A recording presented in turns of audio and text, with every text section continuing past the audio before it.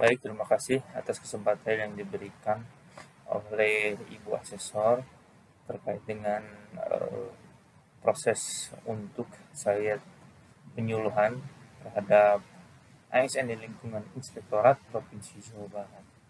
Nah, di sini saya akan memberikan penyuluhan terkait dengan etika dan integritas di lingkungan Inspektorat Provinsi Jawa Barat. Yang pertama, mendasari saya pelaksanaan proses penyuluhan itu didasari pada tugas dan fungsi dari Inspektorat itu sendiri, itu sebagai lembaga di mana membina ASN dalam melaksanakan tugas dan fungsi khususnya bidang pengawasan. Sehingga dalam hal ini saya Arsul Marija akan memberikan penyuluhan terhadap ASN di lingkungan internal Inspektorat Provinsi Jawa Barat. Nah, di sini saya akan memberikan pemahaman terkait dengan apa sih korupsi, bagaimana sih korupsi itu sendiri, terus contoh-contoh kasus di dalam korupsi, sehingga nanti tujuan akhir dari korupsi atau penyuluhan anti korupsi itu apa gitu kan. Nah, di sini saya akan memberikan contoh kasus korupsi yang terbaru, yaitu terkait dengan ada yang korupsi dana bansos dulu. Nah, di sini yang kita ketahui dana bansos yang korupsi oleh menteri atas nama Juliari Peter Batubara, di mana yang bersangkutan merupakan sekarang sudah menjadi mantan menteri yang diduga itu korupsi, sehingga yang bersangkutan mendapatkan fee sekitar 17 miliar nih di dalam melakukan tindakan korupsi tersebut. Sehingga eh, ini merupakan sebuah contoh kepada peserta. Kita tahu bahwa korupsi itu sendiri merupakan salah satu bentuk tindak pidana yang sangat fatal, di mana tindak pidana yang tidak patut dicontoh oleh seluruh pegawai di lingkungan Inspektorat Provinsi Jawa Barat, khususnya kepada para auditor. Sehingga ketika kita mengaudit OPD-OPD itu, kita juga tahu bahwa oh, ini sebuah temuan dan hal itu merupakan yang harus dikoreksi sehingga dapat menjadikan sebuah acuan terhadap tindak lanjut hasil laporan hasil pemeriksaan itu sendiri. Sehingga walaupun misalkan kita menemukan sebuah eh, kejanggalan, maka itu harus segera cepat ditindaklanjuti. Nah, tujuan akhir dari eh, penyuluhan saya terkait dengan sharing knowledge, etika, dan integritas, yaitu saya ingin, saya harapkan setiap ASN di lingkungan Inspektorat Daerah Provinsi Jawa Barat dapat memahami terkait dengan etika dan integritas, sehingga bukan hanya untuk menjadi tolak ukur sebuah pencapaian dalam mewujudkan cita-cita proklamasi kemerdekaan 1945, juga untuk meningkatkan kualitas kinerja dari aparatur sipil negara itu sendiri dalam melaksanakan tugas penugasan di lingkungan Inspektorat Provinsi Jawa Barat. Nah, kenapa sih ada indikator keberhasilan pemberantasan korupsi? Nah, di sini kita akan mengukur bagaimana indikator keberhasilan pemberantasan korupsi itu sendiri. Nah, di dalam indikator keberhasilan pemberantasan korupsi itu sendiri, maka ketika kita membangun sebuah budaya sistem kerja yang baik sesuai dengan aturan-aturan yang berlaku, eh, sesuai dengan kaidah-kaidah yang berlaku di dalam pemerintahan itu sendiri, sehingga masyarakat akan menjadikan kita sebagai atau dapat membangun trust di dalam memberikan pelayanan gitu kan, sehingga eh, masyarakat itu dapat percaya gitu kan antara di antara pemerintahan dan pelayanan itu sendiri gitu kan, sehingga kinerja birokrasi dapat terukur tuh di dalam melaksanakan proses atau di dalam melaksanakan tugas dan fungsinya gitu kan. Nah, di sini kita cukup prihatin dengan keadaan sekarang, di mana masyarakat tentunya kebanyakan menganggap bahwa pemerintahan itu sendiri merupakan sebuah lembaga yang notabene-nya koruptif gitu kan. Maka dari itu dengan upaya pemaparan dan penyuluhan saya terkait etika dan integritas ini diharapkan kepada seluruh pegawai itu mampu menanamkan nilai-nilai terkait dengan etika dan integritas serta anti korupsi dalam melaksanakan tugasnya. Nah, di sini kita tahu bahwa etika dan integritas itu salah satu poin penting untuk saat ini dan ke depan di dalam melaksanakan tugas sebagai aparatur sipil negara. Nah, di sini saya akan memberikan sebuah role model untuk salah satu contoh di mana ada beberapa negara yang notabene sesuai dengan eh, indeks perhitungan di mana tingkat korupsinya itu yang terbaik gitu kan, dalam artian tingkat anti korupsinya yang terbaik. Salah satu yang pertama yaitu Selandia Baru, di mana Selandia Baru ini eh, men- me- me- menduduki peringkat pertama dalam eh, negara yang indeks persepsi korupsinya yang terbaik gitu kan, anti korupsinya yang terbaik. Yang kedua Denmark, yang ketiga Finlandia, yang keempat Singapura, dan yang kelima Swedia. Nah, yang selanjutnya saya akan menjelaskan terkait dampak masif dari korupsi itu sendiri. Yang pertama yaitu lesunya perekonomian, di mana eh, ini akan berdampak sistemik di dalam proses bisnis dari pemerintahan itu sendiri. Saya akan memberikan contoh. Yang pertama lesunya perekonomian, yang kedua meningkatnya pendidikan, kemiskinan, tingginya kriminalitas, demoralisasi, kehancuran birokrasi, terganggunya sistem politik dan pemerintahan, buyarnya masa depan hukum, demokrasi, sehingga runtuhnya penegakan hukum. Nah, di sini saya akan memberikan contoh dampak masif dari korupsi itu sendiri. Salah satunya lesunya perekonomian. Kita akan memberi contoh terkait dengan lesunya perekonomian dimulai dari tatanan yang proses perencanaan. Salah satunya di dalam proses pembangunan jalan, di mana akan kita ketahui bahwa salah sebetulnya di dalam proses perencanaan pembangunan jalan itu sendiri kita tahu bahwa proses pembangunan jalan contohnya untuk jarak 1 km dengan ketebalan 50 cm itu sesuai dengan rencana dikurangi, dalam artian perencanaan tersebut tidak pada proses pelaksanaan tidak disesuaikan dengan proses perencanaan, sehingga contohnya jalan itu sendiri yang asalnya ketebalan 50 cm dikurangi menjadi 20 cm. Nah, sudah kita ketemukan itu garis besarnya di dalam hal proses pembangunan tersebut, maka akan berdampak pada cepatnya jalan tersebut rusak. Nah, sehingga ketika jalan tersebut rusak akan menghambat laju kendaraan barang yang lalu lalang, sehingga akan membuat kemacetan. Nah, di dalam membuatkan kemacetan itu akan berdampak terhadap lesunya perekonomian. Karena apa? Karena di sini kita tahu bahwa jalan itu sendiri merupakan salah satu eh, eh, hal yang sangat penting di dalam proses perekonomian, di dalam distribusi barang gitu kan. Sehingga ketika misalkan adanya jalan rusak yang kita ketahui di seputaran itu dapat meningkatkan kriminalitas gitu kan, sehingga kriminalitas itu terjadi gitu kan, karena ya kita ketahui bahwa ketika masyarakat itu sulit dalam eh, melakukan proses ekonomi itu sendiri, maka akan sulit juga yang bersangkutan dan berakibat pada tingginya kriminalitas gitu. Nah, saya akan menjelaskan terkait dengan eh, kerugian negara, antara perbedaan kerugian negara dengan hukuman koruptor. Terpidana korupsi memperoleh sanksi berupa penjara dan sanksi berupa hukuman finansial.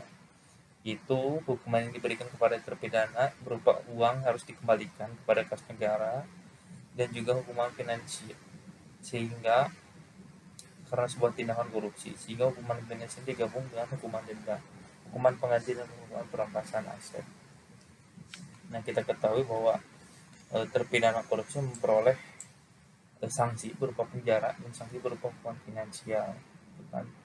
Nah, dalam hal ini dalam perhitungan jumlah hukuman finansial dikenakan aset non moneter dan tidak dimasukkan dalam analisis karena tidak terdapat nilai tafsiran dari aset dari di putusan pengadilan tersebut. Nah, di sini saya akan menjelaskan terkait dengan konsep biaya sosial korupsi. Biaya sosial atau dalam area kejahatan dihitung dari 3 hal biaya, yaitu biaya antisipasi kejahatan, biaya akibat kejahatan, dan biaya terhadap kejahatan. Maka nilai kerugian keuangan negara merupakan biaya sosial eksplisit. Dalam hal ini adalah biaya korupsi, gitu kan. Nah, di sini kita ada beberapa perbedaan, terkait skema biaya sosial korupsi, gitu kan. Di sini ada biaya eksplisit korupsi. Nah, biaya eksplisit korupsi yang terdiri dari korupsi atas nilai uang yang dikorupsi. Nah, biaya antisipasi terhadap korupsi yaitu biaya sosialisasi korupsi sebagai bahaya laten. Dan reformasi birokrasi menurunkan motivasi korupsi dengan memisahkan orang korupsi karena terpaksa atau kondisi sistemik dengan koruptor yang tamak, gitu kan. Nah, biaya terhadap reaksi yaitu biaya peradilan, salah satunya contohnya biaya penyidikan terhadap KPK dari pihak PPATK, biaya operasional salah satu contohnya ketika penangkapan terhadap Nazarudin kita harus keluar negeri seperti itu, gitu ya. Dan biaya proses perampasan aset yang ada di dalam negeri maupun di luar negeri, nah itu salah satu biaya reaksi terhadap korupsi. Nah, yang terakhir itu biaya oportunis implisit atau korupsi. Biaya oportunis yang ditimbulkan akibat dari korupsi. Beban cicilan bunga di masa yang akan datang akan timbul di masa lalu. Sehingga perbedaan jenjang kelipatan ekonomi antara kondisi dengan adanya korupsi di mana tanpa korupsi, gitu kan. Seperti itu. Lalu saya akan menjelaskan terkait dengan hubungan antara dampak korupsi dan biaya sosial korupsi. Pelayanan publik yang tak kunjung membaik sehingga pelayanan kesehatan mahal. Banyak lagi contoh buku yang buruk akibat kejahatan koruptor. Dampak korupsi yang merupakan misalokasi sumber daya sehingga perekonomian tidak dapat berkembang optimal, dan dampak korupsi terhadap beberapa kehidupan masyarakat biaya yang timbul sebagai biaya sosial korupsi.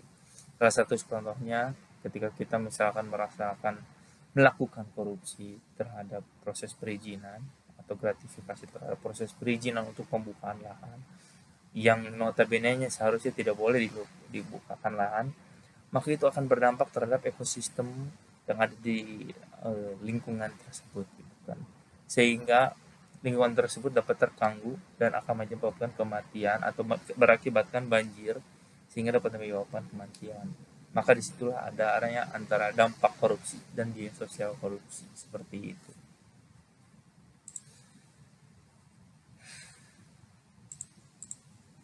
Dan saya ingin menjelaskan apa itu korupsi sih. Dari tadi saya berbicara tentang korupsi. Menurut Black Law Channel, korupsi adalah suatu perbuatan yang dilakukan dengan sebuah maksud untuk mendapatkan beberapa keuntungan yang bertentangan dengan tugas resmi dan kebenaran lainnya. Perbuatan dari sesuatu yang resmi atau kepercayaan seseorang yang mana dengan melanggar hukum, penuh kesalahan memakai sejumlah keuntungan untuk diri sendiri dan orang lain yang bertentangan dengan tugas dan kebenaran lainnya. Nah, di sini ada beberapa perbedaan terkait dengan korupsi itu sendiri yang saya jelaskan barusan, dan korupsi itu yang kita ketahui bahwa berasal dari bahasa Latin ya, yang berarti korupsio, atau kata kerja dari ini adalah yang artinya busuk atau rusak atau memutarbalikkan, menyogok, gitu kan. Nah, itu korupsi. Nah, di sini kita ingin mengetahui nih faktor-faktor dan teori penyebab korupsi. Nah, teori penyebab korupsi ini ada beberapa faktor yang biasa kita kenal dari faktor teori korupsi itu sendiri, yaitu teori korupsi Jacques Balaguer non teori, yaitu GON teori ya. Yang G yang berarti GERD atau keserakahan, O yang berarti opportunity yang berarti kesempatan, N yang berarti needs atau kebutuhan, dan E yang berarti pengungkapan atau expose gitu kan. Nah, saya akan menjelaskan terkait keserakahan. Keserakahan berpotensi dimiliki oleh setiap orang yang dan berkaitan dengan individu pelaku korupsi, organisasi atau instansi gitu kan.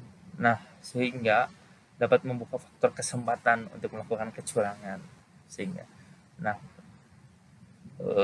kalau misalkan dalam kebutuhan ya kita ketahui bahwa semua manusia umum memiliki keinginan, sehingga yang kita ketahui kebutuhan-kebutuhan setiap orang itu berbeda-beda gitu kan.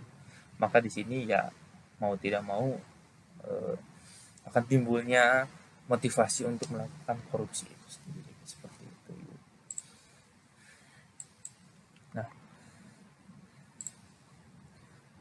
ada 30 delik tipikor tindak pidana korupsi yang menurut definisi dikelompokkan menjadi 7 tindak pidana korupsi. Yang pertama yaitu satu kerugian negara, yang kedua suap menyuap, yang ketiga penggelapan dalam jabatan, yang keempat pemerasan, yang kelima perbuatan curang, yang keenam benturan kepentingan dalam pengadaan, dan yang ketujuh adalah gratifikasi. Nah, saya akan menjelaskan terkait dengan perbedaan gratifikasi, uang pelicin, dan suap. Gitu kan. Gratifikasi itu seperti apa sih? Gitu kan. Nah, gratifikasi itu dalam artian pemberian dalam arti luas ini meliputi pemberian uang, rabat atau diskon, komisi, peminjaman bunga, tiket perjalanan, fasilitas penginapan, perjalanan wisata, pengobatan cuma-cuma, dan fasilitas lainnya. Itu salah satu contoh gratifikasi itu kan. Kalau uang pelicin misalnya itu menjadi hal-hal yang uang pelicin yang secara umum didefinisikan sejumlah pemberian biasanya dalam bentuk uang untuk memulai atau mengamankan mempercepat akses pada terjadinya suatu layanan gitu kan. Definisi uang pelicin tersebut oleh Antonio Algorda dalam tulisannya itu the use of facilitating payment gitu kan. Biar saya akan memberikan contoh uang pelicin itu ketika kita membuat KTP supaya cepat nih. Nah, pakai uang pelicin nggak seperti itu itu. Nah, yang selanjutnya saya akan menjelaskan terkait dengan pemerasan. Nah, pemerasan itu sendiri yang sudah kita ketahui dan sekarang lagi viral ketika seorang lurah itu meminta uang di dalam proses perizinan. Yang sekarang jadi viral itu ya ketika misalnya dalam proses pelayanan dia meminta uang dari awal, ya itu adalah sebuah proses pemerasan gitu kan. Nah, di sini saya akan menjelaskan terkait dengan rencana atau strategi dan rencana aksi pemberantasan korupsi gitu kan. Nah, di sini kita akan melakukan sebuah rencana dalam memberantas korupsi gitu kan. Salah satunya contohnya ya dengan kita dengan memberikan penyuluhan itu akan memberikan edukasi terhadap masyarakat itu sendiri. Edukasi atau kampanye yaitu strategi pembelajaran pendidikan anti korupsi dengan tujuan membangkitkan kesadaran masyarakat mengenai dampak-dampak dari korupsi sehingga mengajak masyarakat untuk terlibat dalam gerakan pemberantasan korupsi serta dapat membangun perilaku dan budaya anti korupsi gitu kan kepada seluruh masyarakat. Nah, yang selanjutnya itu di dalam memperbaiki sistem di mana setiap ASN diwajibkan atas memberikan laporan harta kekayaan penyelenggara gitu kan. Terus selanjutnya memberikan rekomendasi kepada kementerian atau lembaga terkait untuk melakukan langkah-langkah perbaikan di dalam proses manajemen gitu kan. Di dalam ini memberikan sistem inovasi yang zero mistakes dalam artian kita dapat melakukan perbaikan sistem untuk menghilangkan proses alur dari korupsi itu sendiri gitu kan. Lalu strategi represif di mana upaya penindakan hukum untuk menyeret koruptor ke pengadilan. Hampir sebagian besar kasus korupsi itu terungkap berkat adanya pengaduan masyarakat sehingga masyarakat merupakan salah satu sumber informasi yang sangat penting untuk diteruskan kepada KPK. Nah, saya akan menjelaskan tentang proses etika akuntabilitas. Akuntabilitas itu apa sih? Kita tahu bahwa integritas itu faktor yang sangat mumpuninya. Yang pertama ya, ketika kita melaksanakan suatu kegiatan, kita harus bertanggung jawab atas pelaksanaan kegiatan tersebut, di mana setiap individu itu melakukan memenuhi tanggung jawabnya atau memenuhi amanahnya, seperti itu. Nah, definisi etika di sini yang kita sepakati bersama bahwa sebagai para perilaku yang dikenal sebagai kode etik yang dirumuskan dalam rangka pencegahan terhadap perilaku kemungkinan yang tidak santun demi keamanan organisasi. Nah, yang kita ketahui kode etika itu mempunyai kode etik ya. Yang salah satunya itu kita memberikan pelayanan kepada masyarakat atas pelayanan kepada diri kita sendiri yang baik, gitu kan. Lalu yang selanjutnya, hukum mengatur semua tindakan dari instansi pemerintah. Maka kita harus tahu terkait dengan kode etik tersebut. Nah, di sini kita harus menginternalisasikan nilai-nilai yang termuat di dalam etika itu sendiri dan integritas. Itu kita harus berkomitmen, komitmen kepada diri sendiri, komitmen terhadap sesuatu hal yang semisalnya ini sudah menjadi sebuah aturan yang harus dilaksanakan, sehingga aturan tersebut mampu kita laksanakan dengan baik. Kita harus jujur, disiplin, berani mengatakan yang benar, transparan, patuh terhadap aturan, bertanggung jawab, dedikasi, semangat kerja, profesionalisme, amanah, etika, percaya diri, visioner, anti KKN, konsistensi, berpikir positif, efektif dan efisien, kebersamaan, kompeten, perilaku yang baik, seperti itu. Nah, apa sih integritas? Terus kenapa sih ASN kita harus berintegritas gitu kan? Secara harafiah gitu kan, secara kamus menurut kamus kompetensi perilaku ASN, perilaku KPK, integritas adalah bertindak secara konsisten antara apa yang dikatakan dengan tingkah lakunya sesuai dengan nilai-nilai yang dianut, gitu kan. Nilai-nilai yang dapat berasal dari kode etik atau tempat dia bekerja masyarakat, gitu kan. Kalau dalam kamus besar itu integritas adalah mutu atau sifat dan keadaan yang menggambarkan keseluruhan yang utuh sehingga memiliki potensi dan kemampuan melancarkan kewibawaan. Nah, maka dari itu semua ASN untuk dapat berintegritas, beretika yang baik, sesuaikan dengan norma-norma yang ada, tidak melakukan fraud atau kecurangan di dalam melaksanakan proses kegiatan sehari-hari sebagai aparatur sipil negara, sehingga peluang-peluang yang sifatnya korupsi itu dapat dihindari pada seluruh ASN di lingkungan pemerintah Provinsi Jawa Barat. Terima kasih. Wabillahi taufiq wal hidayah. Wassalamualaikum warahmatullahi wabarakatuh.